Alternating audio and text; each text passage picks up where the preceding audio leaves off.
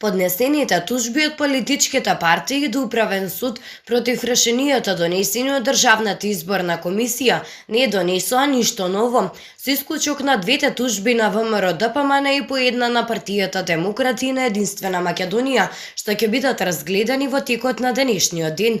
Судот ги одби сите други тужби поднесени од коалицијата Алијанса за албанците, Алтернатива и партиите Левица, Интегра и Моро, Работничка партија како неосновани. Со оглед на големиот број на тужби до Управниот суд, изминативе денови се одржаа повеќе јавни седници.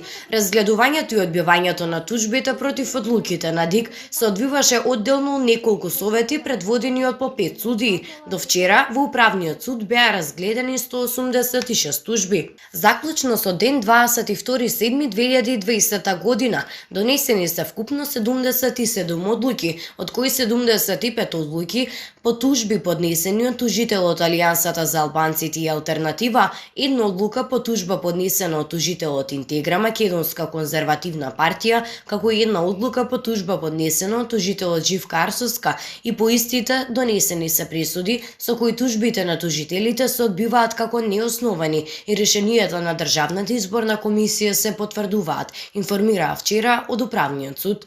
Сите 77 одлуки се објавени на официјалната веб страна на Управниот суд.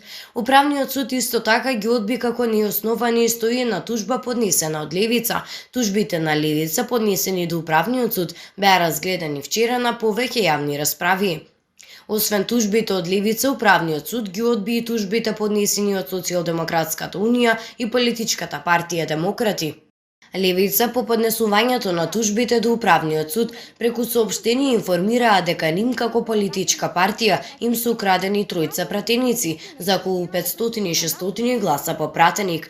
Тужбите за поведување управен спор се поднесени врз основа на погрешно утврдена фактичка состојба и погрешна примена на материјалното право. Сакаме да ја известиме јавноста дека образложенијата на побивањата решенија на ДИК се изработени на темплейт, односно однапред подготвен шаблон за одбивање без навлегување во спецификите на секој поединечен случај, што е недозволиво за една државна институција.